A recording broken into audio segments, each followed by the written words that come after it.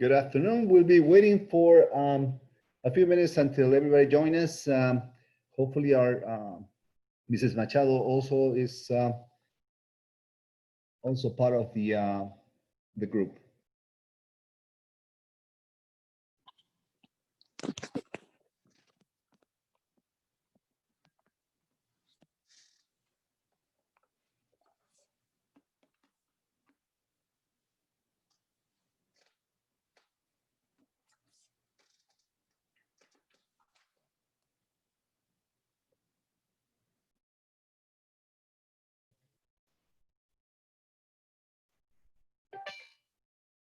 Good. Good afternoon, Ms. Machado. Can you hear us?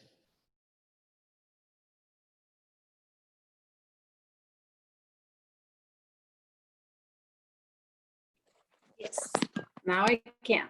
Thank you. All Wonderful. good. Welcome. Welcome.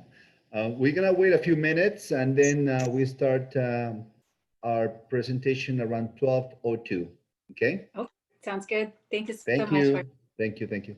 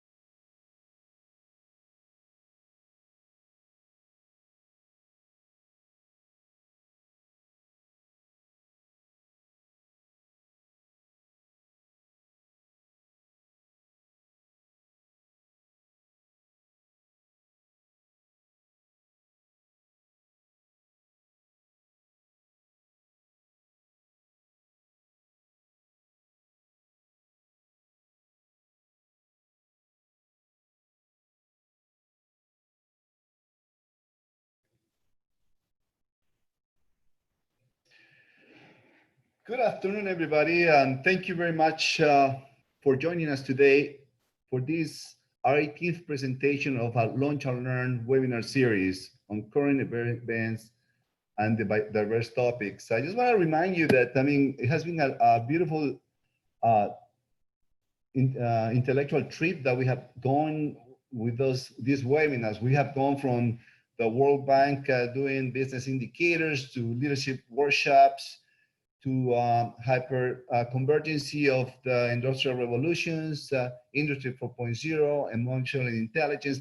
It has been a plethora of different interesting topics that appeal to different areas of industry and professions. I will ask my associates, either Sherima Smith or Doughnut Economics, to please share with you via the chat tool the link that will take you to the pre-recorded, the prior recorded webinars that we have done through this series. My name is Jorge Sumaeta. I'm the Senior Director of the Office of Academic Planning and Accountability, Continuing Education at FIU. I would like to go over a few housekeeping items prior to our presentation. We have a wonderful presentation today. The title is Reinventing Capitalism. I cannot think of a better topic to get interest from everybody, because this is, you know, the context upon which we are living, and reinventing capitalism really is a thought-provoking intellectual endeavor that hopefully has pragmatic implications in our lives. Today we have presenting Mrs. Adriana Machado, which I'll be talking to you about her in a little bit. Once again, going back to our housekeeping items. First of all, this webinar is being recorded. Second, please keep in mind that your microphones are muted all the time. And also the chat tool located at the bottom of the screen is disabled. Only my associates like Sherima Smith or Doughnut Economics will be able to share, important information with you regarding the presentations, the link that I just shared with you, and some other information that will be very pertinent to you. We encourage you to use the Q&A tool at the bottom of this, located at the bottom of the screen throughout the presentation, to post your questions related to the content of these webinars. These questions will be answered by our presenter at the end of the session. Once the webinar have ended, a message will appear on your screen thanking you for your participation today and asking you to please complete a short survey. This survey is for you to share your thoughts, your feedback on the presentation and the topic, and also for us to keep sharing information with you about future events. I'm very excited about today's presentation, and I'm particularly honored to have Mrs. Machado presenting today. Mrs. Adriana Machado is one of Latin America's most celebrated women business leaders, and she is very outspoken advocating for the impact economy. She's a former CEO of GE Brazil and a founder of Briyah Institute, a benefit corporation that promotes innovation, the bridges innovation practice and purpose. She serves as several boards, as a strategic partner at One Group, and as a supporter for the Brain Health Project, BHP, an initiative aimed at preserving Alzheimer's disease by promoting brain health and slowing cognitive decline. Her rich cross-cultural and cross-sectoral skills, going from big business to government to nonprofit organization, grants her a unique perspective towards entrepreneurship, resilience, and leadership. I can't wait to hear her presentation. Without any further ado, here is our special guest speaker. Please, let's welcome Mrs. Adriana Machado. Mrs. Machado, the podium is yours.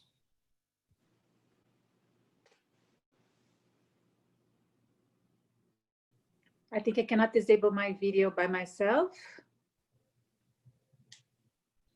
We can hear you loud and clear. Yeah, but the video, I can't disable. Oh, here. Okay. Now I think you can see me. Can you see me? Yes, we can see you. Oh, okay. Because I just don't know how to how you're seeing me in my image. I just don't see myself, that's fine.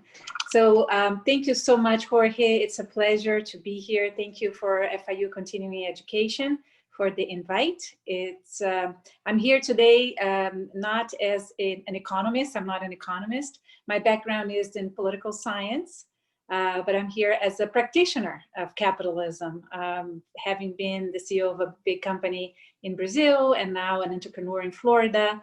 So I am here to kind of provoke the conversation a little bit with this topic, reinventing capitalism. So what is this all about?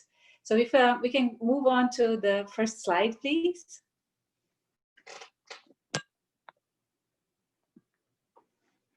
The next slide, please. Yes, thank you. So as I said, I am the founder of Briyah Institute, and we are very curious about many topics, and especially the ones that touch how to create an impact economy. So what is an impact economy for us? This is, of course, pursuing financial returns, but also, and as you do so, producing positive social and environmental good. So let's start by just taking a look at the definition of capitalism. So it's an economic system. So the word system I'd like to highlight because it's important for the conversation we're having today.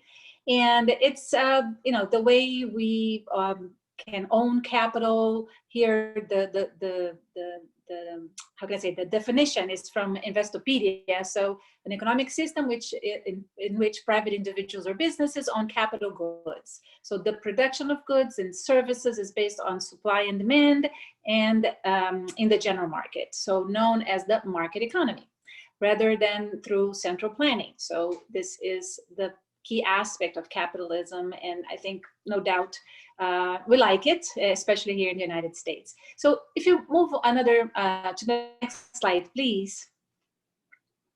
So we've been hearing a lot of talk about shareholder capitalism or shareholder supremacy. So companies are supposed to only focus on shareholder interest and maximize shareholder value.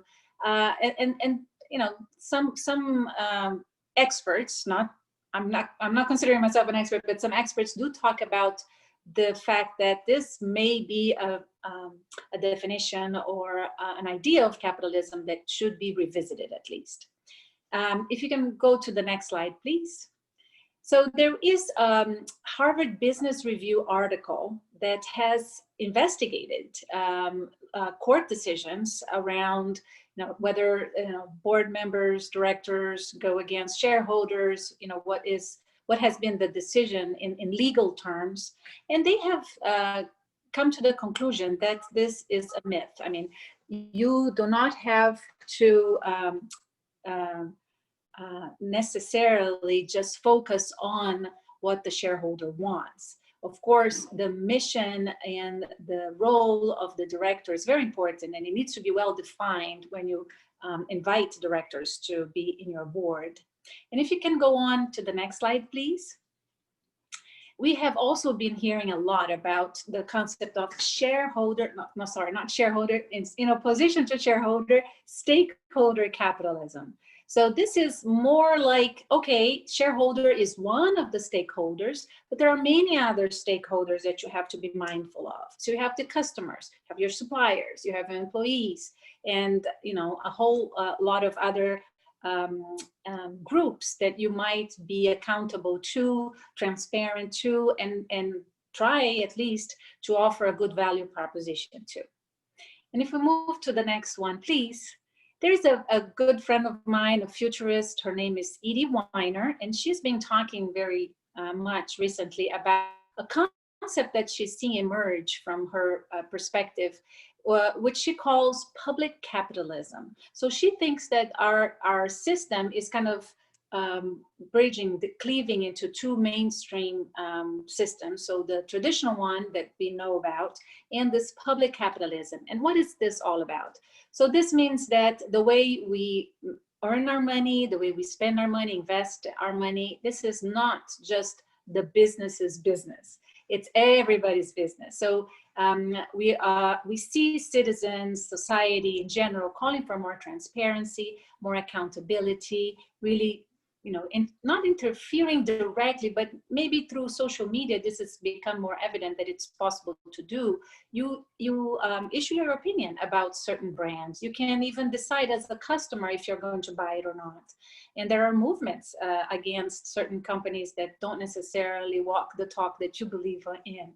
So this concept of public capitalism has been growing. And in this slide, you can see now that there has been a trend, and this is me observing from my perspective, there has been a trend in terms of more awareness of the role of business.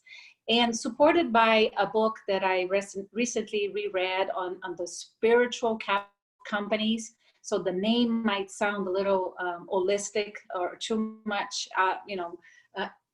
aspirational, but it is really a good book that merges the concept of anthroposophy, which is a spiritual science, and has the very unique way of seeing systems, but with certain facts. So I kind of try to list this happenings there, so we know if this logic makes sense. So in the beginning, when we started the economic system as a society here, we were very focused on resources. So then we became a little bit more aware of improving processes and productivity. This happened very clearly with the first industrial revolution. Then in the 20s, we were talking about human relations. And then in the 50s, we became big at defining vision, values, missions for the companies. In 1960, this concept of anthroposophy kicked in, and you can see that from then on, lots of things happened. So in the middle here, I didn't put it, but in 1970s, we had Milton Friedman's theory of shareholder supremacy. But then later, we also saw very important movements towards more consciousness. This is how I frame it. So being more aware of certain things. And I kind of summarized a little bit some of the important ones that I see from my perspective. So we had an Earth Summit in 1992. This happened in Brazil, so I could follow very closely. And in 1994, John Elkington coined the term triple bottom line. So you have to be mindful of people, planet, and profit. And that is interesting because he coined that term in 94 expecting a systemic change, but all he could kind of get at that point and a little later was more accountability and transparency, and the word sustainability became a lot used, but it didn't really change the way business was done. And then we continue to have some marks that I call in this evolutionary process. So in 2006, the creation of the B Corp movement. So if you're not familiar with the B Corp movement, I totally encourage you to take a look. So Briyah is a benefit corporation. The B Corp movement gives third-party certification to companies who have that higher purpose, and they have specific metrics that you have to meet. So it's a movement that's growing, and now in the pandemic, you see the performance of the B Corps have really been very good compared to other companies who do not have that kind of mantra, let's say. And we saw the birth of impact investing in 2007. It really emerged from a conversation of different players in the economy, and it has been grown since then. We have a global impact investing network, the GEN, that's constantly issuing very good news about that kind of form of investment, that awareness of how to invest your money. In 2013, we had the birth of the conscious capitalism movement, also very interesting systemic approach on how, the leader can play a big role, but also emphasizing the mission of the company and aligning on certain aspects that is kind of a guide for CEOs that want to do good and do better than traditional CEOs have done, just looking at profits. And we've had along those lines a societal agreement around an agenda that needs to be pursued collectively, that translated into the United Nations Sustainable Development Goals that were issued in 2015. Some of you might know that in 2019, 181 CEOs that are members of an organization called the Business Roundtable have signed a commitment to align with purpose and deliver results to all stakeholders. Some might say that, oh, okay, this was just signing a document. They never really changed or don't expect to change. This is like, you know, greenwashing or marketing and whatnot. But we have seen some progress, and maybe the best progress is the fact that they decided to commit to it. So this is very unique in my perspective. So, you know, in conclusion to this, this thought here, this mega trend, we have been seeing a shift in the from the 20th century to the 21st century in terms of a little bit more balance between emotions that are translated more into the arts and this awareness, consciousness, and the science, the logic that has taken us this far. And we also see a lot of conversations going around, you know, what about planetary health? So not only the individual health or the organizational health, but the planet's health. So just a thought here for you to engage in the conversation, and let's see if this makes sense to you as well. And going back to the book I mentioned from Daniel Buchard and Jair Moji, those are Brazilians that have taken the concept of anthroposophy and compared the individuals and companies. And you also have that theory from other sources and parts of the world, especially the Santa Fe Institute has produced a lot of systemic and complexity science approach to, you know, there are very good books that say that, okay, we are, as individuals, as our human body is organized, we are complex adaptive systems.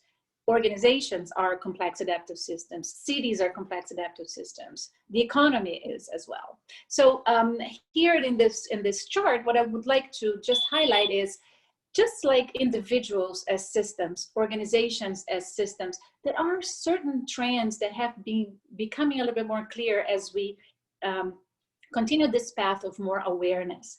So there are bridges that those authors have placed here that I think are very unique. So when you're talking about the resources of a company, like the building, the physical infrastructure, the chairs, the tables, and so forth, you're talking about safety.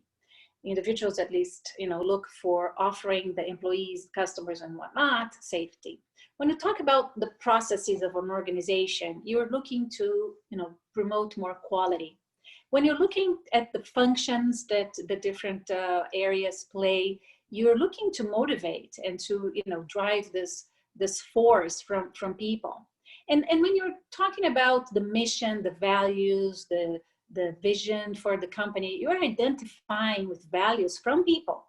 And as you go on and becoming a little bit more aware of all those, you know, bridges and similarities, I think the key aspect here is there is a role for inspiration, for imagination, and intuition to play in organizations. Maybe we're not quite there yet, but I kind of like this approach that it gives me hope that there may be a trend going on and they're mapping it. And this has to do with a cultural awareness. So we're kind of going up the ladder a little bit. If we go on, I'd like to, next slide, please. Let's take a look at this approach that I at Briyah Institute have been talking a lot about, and I encourage you to go research and think differently about it. So systems thinking. In order to change systems, we have to begin to see systems. So next slide, please.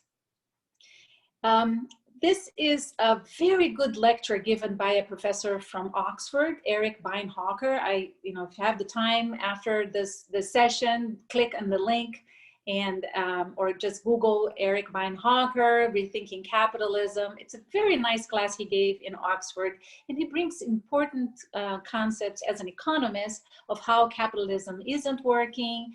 We have a breakdown in the social contract. He talks about this evolution, the trends, how there has been a shift in ideas, and the purpose of capitalism being to provide solutions to human problems.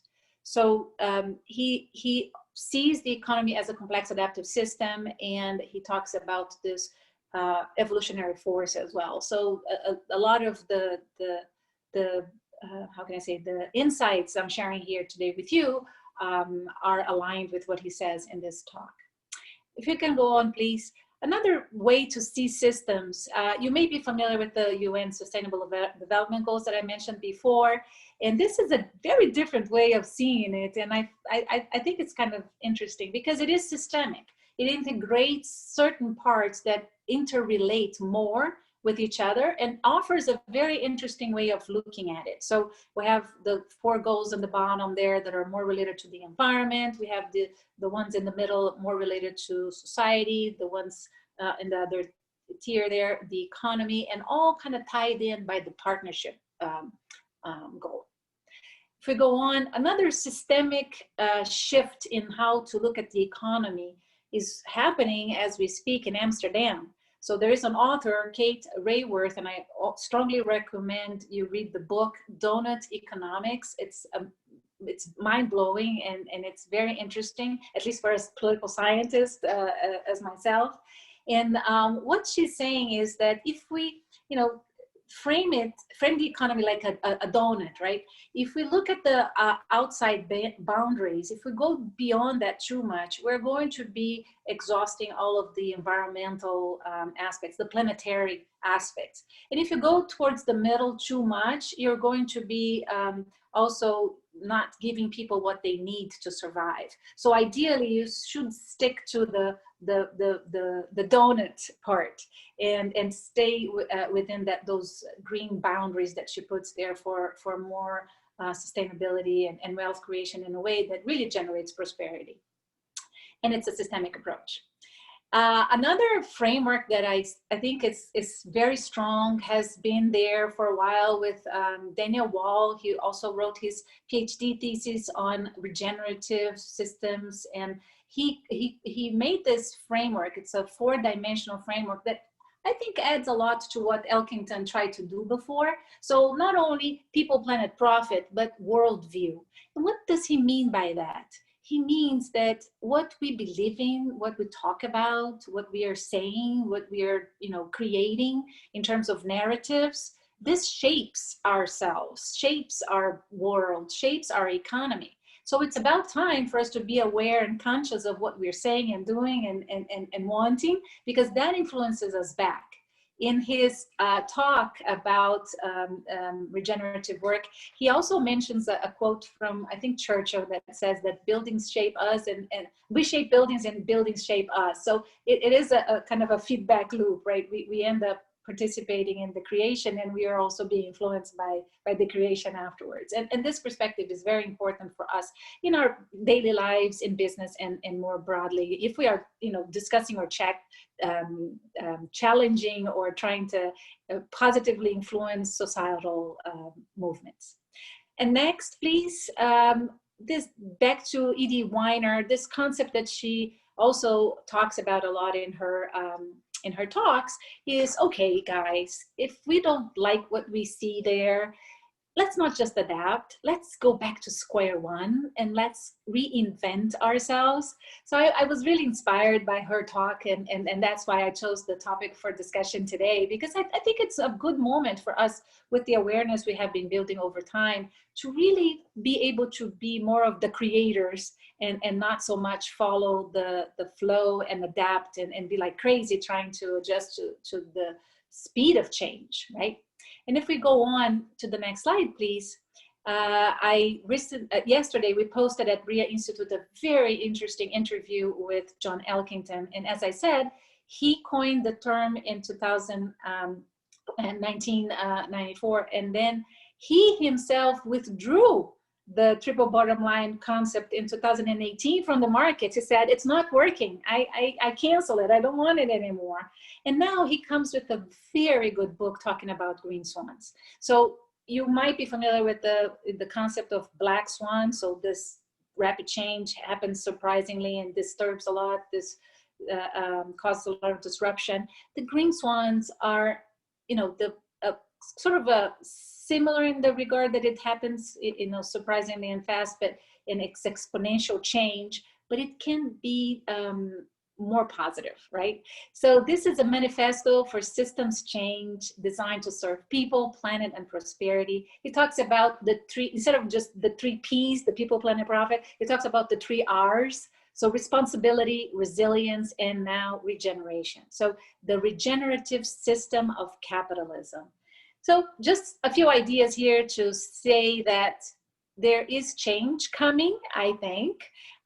There is room for more change, positive change to come if we engage in this conversation and create narratives that are more regenerative, and count on Briyah Institute to continue to bridge the gap between innovation, practice, purpose, and offer you insights and welcome your insights as well. Like we're going to be doing here in this conversation, and let's see if we can create this impact economy that I talk about so much, that will definitely bring more prosperity and wealth creation in a different way to all of our communities. So with that, those are the end of my slides. Thank you very much for listening, and here are more contact information if you want to reach me at Briyah. But I definitely welcome your questions, and I'm here to engage in a good conversation with you. So thank you, Jorge. Thank you very much. Let me bring, can I ask you a question? Can you tell us a little more about the Briyah Institute? How they came to be? Just a little bit more. I mean, you piqued my interest, and I want to sign up, but I want to hear a little bit more. I know that we have several participants, good friend of the family here, Professor Abdi Javasabeth is here joining us as well. And I already can read his mind and trying to say, how do I participate? How do I collaborate? How do I contribute? Can you give us a little more information about the Briyah? Sure. I think we have similar interests in terms of continuing education. The concept was Briyah emerged from my desire to share my experiences, my insights, and I am a lifelong learner myself. I love to read. I love to explore new ideas, and through Briyah, I think this is a way to share what I've been doing, finding, and engaging in. But it's a startup, so we're beginning to see the products come now. The very first one we launched this year during the pandemic was a program called the CEO Meet and Master. So you meet CEOs or C-suite executives, you listen to what's bothering them, what's in their minds, what the key hot issues are, and we try to inspire you to make change, positive change happen.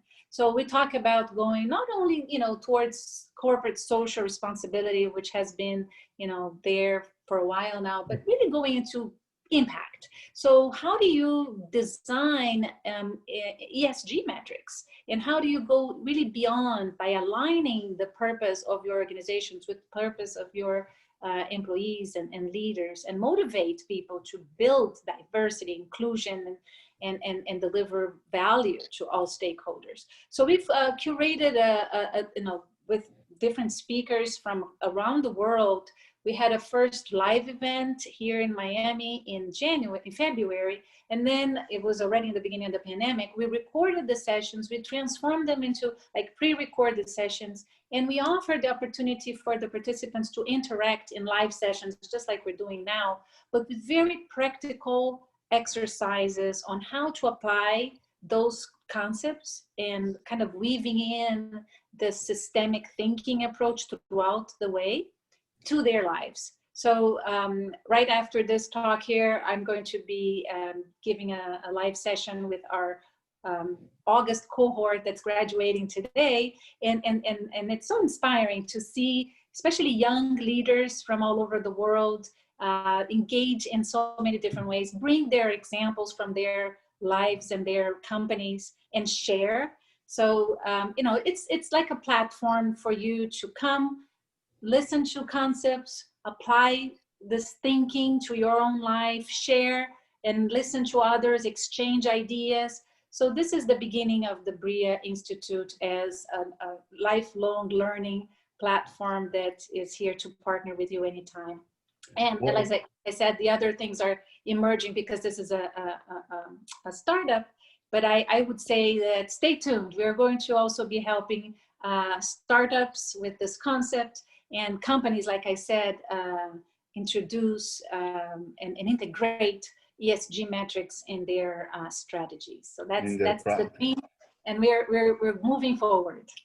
That's awesome. And to tell you the truth, I was going to ask you about that. At one point in time, you introduced or present this concept into these startups, for example, the ones you mentioned, to working with different chamber of commerce and working on sharing this concept with them, because in many instances they have not been exposed. I mean, talking about the UN SDGs, the BRT, whether it's a good time to introduce this concept at the strategic planning, as they develop their strategic planning, no? Yeah, if they don't know about it, they're already late. They should run. If you see Larry Fink from BlackRock talking about this, and if you hear, some inspiring leaders like Paul Pullman, who was the CEO of Unilever and created a movement called Imagine.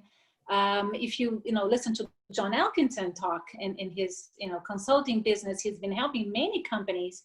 And if you listen to the B Corp organizations, how they are getting a lot better performance through crises such as the COVID, you should run to this, kind of information and see how to start adopting this real fast. And again, as we are a startup, we can't help the whole world, but we believe that if we can inspire leaders to start looking at it and start taking action, we're going to get there. And this is just a question. I mean, I'm fascinated by your topic. I'm fascinated by the fundamentals, the principles of the Briyah Institute. A lot of these concepts could be introduced, let's say, in business schools, no? Right. And don't forget, I mean, from my own experience, I see that the profit maximizing, the costs and expansion of revenues and so forth. And in this new concept of new capitalism, a new idea, rethinking capitalism. So how do we welcome those ideas? And you frame it quite well in terms of the cultural base for all this, no? Right. So let's start with FIU. At your business school, you have Carlos Parra, who has this concept very well established, and I'm sure he's sharing this with your students. And in Startup FIU, you have Bob Hacker, who's doing an amazing job with his concept of social entrepreneurship and instilling not only in the young leaders of our community, but also in the faculty, this idea of how to make your ideas, go to life in a good way and really help solve problems. So this has happened in the business schools to some extent, but it has not become mainstream yet. And some people, I agree with you, are not so aware or not using or applying it as much. And this is why we think that there is room for Briyah Institute to partner with organizations who want to make it more center and front and clear and start really implementing it in a practical way. Wonderful. I think I have no choice to invite you to one of my classes, and I'm gonna make mandatory for them to watch your webinar, as a matter of fact. It will be a pleasure to continue the conversation with them. I am energized all the time. I talk to students and I love the exchange. So you frame it, when you're presenting this concept, you frame it as a pivotal element in terms of the context, the cultural aspects of it. So how do you think different cultures of the globe are welcoming these ideas? And I'm talking about perhaps China or Brazil. So different cultures, different levels of understanding of different, political orientations. I would highlight Europe to begin with. So there is a Green New Deal happening there that I think we should be watching very closely. And as I said, the city of Amsterdam, the city is applying this Doughnut Economics system to its decision making. It is amazing how, we see, it's a smaller country, but it is going to be using this in practice, and maybe we can exchange this best practices very soon. There is another movement called the C40, which is a congregation of cities that want to do better in terms of sustainability around the world. They started with 40 cities, but now they're a big network. And again, this is the way to go. To, you want to start with a good idea, you share with others like you, and you create a network, and you exchange, collaborate. This is so important in the 21st century. The level of complexity has risen so much that you can't do it alone. You have to collaborate with others. Weren't we just talking about collaboration before? Same thing with government, same thing with cities, same thing with, large organizations, chambers of commerce and whatnot. So, looking at the things that work, that could be more conducive to regeneration and not degeneration as we have done so much in the past, and try to plant those seeds and connect those dots. So you mentioned China and Brazil. Yes, they probably have some good initiatives going on, but also a long way to go in terms of, getting all those stakeholders to look at the direction we're talking about. But again, it's a vast world, but it's only one planet, and what we do in one part of the planet definitely interferes with what happens in the other part of the planet. It is a system. So let's foster more conversation. Let's foster more positive narratives. Let's co-create what we want in terms of the future of humanity. Thank you. Very inspirational. I'm truly motivated to start reading. I haven't came across that Doughnut Economics. Is for sure is a must read. I'm gonna have to do that in the next, probably starting my next session, my next class. So we have a few questions. You mentioned that the economy, this is question number one. You mentioned that the economy is a system as well as the companies. Why is this concept of systems relevant to deal with the challenges we face in the 21st century? Thank you. So this is so important. In business, and traditionally in the business schools and all schools, we have been trained to think linearly. And then we go like step one, then step two, then step three, then step four. In this immense complexity we are immersed, it doesn't work like that. You're going to be bombarded by information from all over the place, and you're going to go crazy just playing catch up, right? So you have to open yourself to this notion of living systems. In the beginning of this emergence of complexity theory, we were using machines as the model. Now we are going back to basics, and biology is kind of informing us.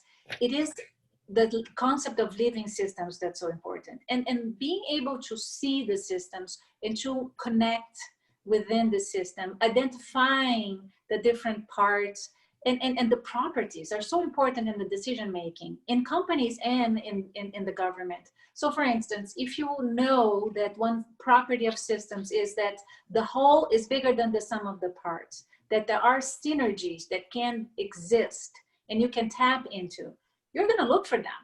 You're going to try to see that 2 + 2 is not 4, it's much more than that, right?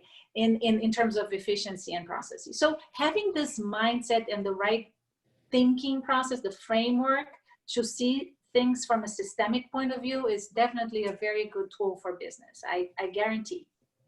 Wonderful. Thank you very much. The following question is, what other books or works, research works or literature that you recommend?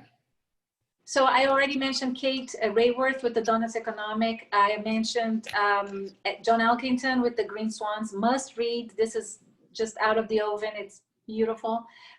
Daniel Walls with this Regenerative Cultures. Amazing book as well. The list goes on and on and on. Just visit Briyah's site. There is a part that says resources. We're going to have a lot of good tips on good books to read. And I am adding them as I learn about the new books, I add them there. So you'll always find something new at the resources page of the Briyah Institute. Thank you, Adriana. The following question reads, considering the jobs creation and KPI to measure the health and the growth of any economy, what is your opinion for the new capitalism? It will continue a KPI or should change? I love KPIs. I think it's important to measure if you want to see the reality and promote change.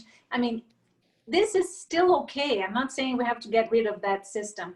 I'm just saying that you have to balance it a little bit more. So in the KPIs, are you only looking at the financial metrics, Or are you including other kinds of metrics? Like I said, there is now a trend going towards what we call ESG, so environment, social, and governance. We first started improving the governance of the company. So we have some metrics already in place in the organizations for governance in terms of, having a board, how the decision making is validated by different parts, not only one person making the decision all the time. There is scrutiny, there is accountability and all that. Then we began seeing, we need to attract good talent, right? So we need to offer certain benefits to our workforce. So the S began to be measured and began to become part of the KPIs. So, okay, so how many women do we have in the organization? Are they reaching the leadership positions? Why not?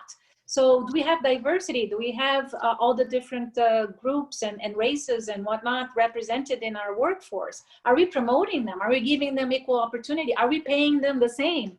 So those metrics have become KPIs to some extent. And now it's a little bit more striking that, okay, we are part of a planet that has a lot of pollution, a lot of different, environmental problems, and we are creating them with the way we purchase goods, the way we, wish to have more and more, and not recycle or do things about the production that we just discard around the world. So this is becoming more visible in terms of the problems it's causing, and more organizations are including metrics around the E of environment in their KPI. So I think, yes, you should continue doing KPIs. It's just a matter of expanding your lenses to include more items and be responsible for what you do. So just, putting a product to market doesn't mean that because people buy them, you're doing good for society. Ask yourself, okay, what is this? Where is this, product in terms of their material coming from? How is it produced? Am I being a fair employer or a fair, with my supply chain? What are the practices that I am employing to be so profitable at the end of the day? And so there's the customer perspective, but there's also all the production perspectives. And all those things need to be measured for you to have the right awareness and be able to promote any systemic change. Okay, we have a follow-up question, and I apologize that my dog Boston is barking in the background. He's seen somebody at the front door, but I'll deal with him in a little bit. This is the new normal, Jorge, so don't feel bad about it. And it's good. Let's welcome your dog to the conversation too. That's fine. Thank you. Thank you. How about the role of the leaders in reinventing capitalism? Crucial. I mean, we need things to happen top down and bottoms up for systems change. So what I said before in terms of inspiring leaders to make change happen from inside out, if you don't have the right direction given from the top, it's not likely you're going to get there, or at least you're not going to get there so fast, right? So leaders are very important. The CEOs have a huge role in changing capitalism. I usually give an example, another interview that I read that really struck me was with Dick's Sporting Goods. Let's see if I remember the CEO's name correct. I think it's Ed Stark, not the Ed, it's a similar name with the Game of Thrones. I think it's Ed Stack, his name. Well, anyway, so forgive me if I don't get his name right, but when we had that awful shooting in Parkland and he saw those images and he, noticed that he was selling those guns in his store, he said, oh my gosh, if I, who own this or am the leader of this organization who sells this arms, don't do something, who will? And he decided to stop selling those products in Dick's Sporting Goods. And he took a cut of, I think, if I remember the number correctly, $250 million in sales for just stopping to sell that kind of product, because he understood that if he didn't do it, nobody else would, and this would be very important. And he aligned himself completely with this higher purpose and made this business decision that in the beginning, sounded as if, oh, you're crazy, you're going to cut your profits. But at the end of the day, he started being perceived by other people as, oh my gosh, this is a person who is really taking a stance here. that is important for society more broadly. And he started attracting customers from other parts that he wasn't expecting, right? So very, very important, the role of the CEO and leaders in general. And one more thing, Jorge, if I might, you don't have to be in a position of power to be a leader. Of course, you're going to probably influence more people or make more change if you are in a position of power, but you always have an opportunity to lead, you know, your peers and other people who might be inspired by your example. So be a role model to what you believe in, aligning with your values, and change will come. Great. Adriana, we have two questions. One has a follow-up, and he's asking, are you familiar with Thomas Piketty's work? No, the name doesn't ring a bell. So Piketty's, no? Yeah, please. So he was talking about some proposals and the ideology of capitalism and his economic proposals, but that would be something that we can respond via email, and maybe there's a follow-up there, okay? Total capitalism is often associated with globalization, which I define as an equal distribution of globally connected supply chain and capital markets. Can you expand on how the phenomenon of globalization factors into the new Doughnut model capitalism? So I think we have seen a growth in those global supply chains and those mega structures to deliver wealth across the board. And I'm not saying that that's bad. I'm just saying that you need to balance a little bit more the global with the local. So be more mindful of certain aspects that need to happen locally. And we saw that with the pandemics, right? When the global supply chains kind of, you know, froze or shut down because of COVID, what happened? We saw an emergence of the local production, or at least an interest in guaranteeing that you have at least food next to you, right? So you don't starve in moments like that. So what I am suggesting is, let's look at the situation as is, and this is another good tip on systems thinking. No judgment. Let's look at the situation as is. And then you are able to see variables that probably weren't included in the mix before, and balance this zooming out with the zooming in, being a little bit analytical and seeing, you know, more perspective. So it is balance that I think we need to look for and see what makes more sense to be prepared for things like the pandemic, because this is not going to be the last one. All right, this will be the last question of today's webinar, since we had to respect the time of the audience and your time. Adriana, I know that you have another group waiting for you at 1 o'clock. The question is, what is your message to our audience in terms of systemic leadership? Embrace it. That's the quick answer, but really be curious to learn more about.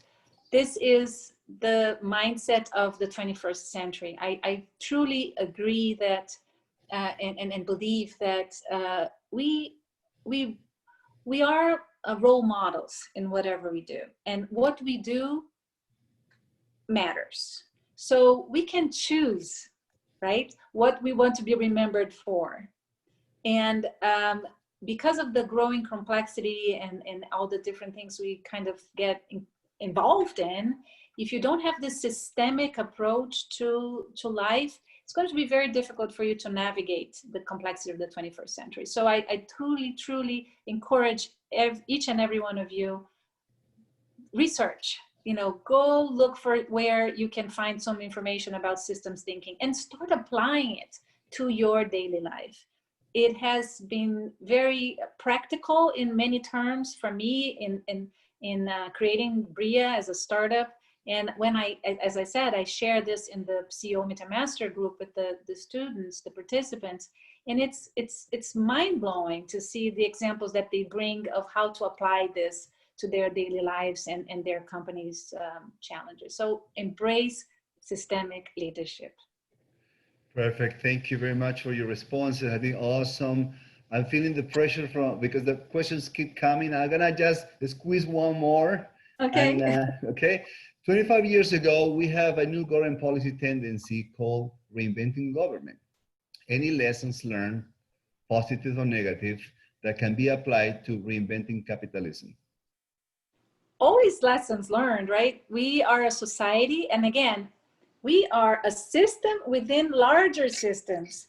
So when we talk about reinventing government, organizations, and not only the capitalism, like an economic system, we have influences. So usually the bigger system influences the smaller systems underneath, but the smaller systems can also influence the bigger system. So look for interconnections, look for interrelations.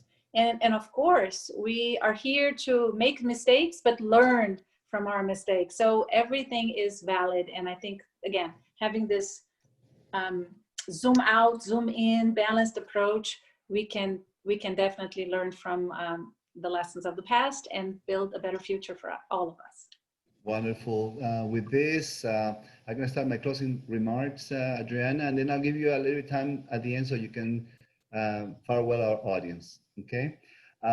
Thank you very much for this. That has been very inspirational for me as a professional as well. I mean, I have been able to take a lot of information. Thank you for the hints and the books. I'm gonna for sure visit your site, Briyah Institute, and learn more about it and see how I can contribute. I want to also extend our gratitude to our AVP, Mrs. Ponce.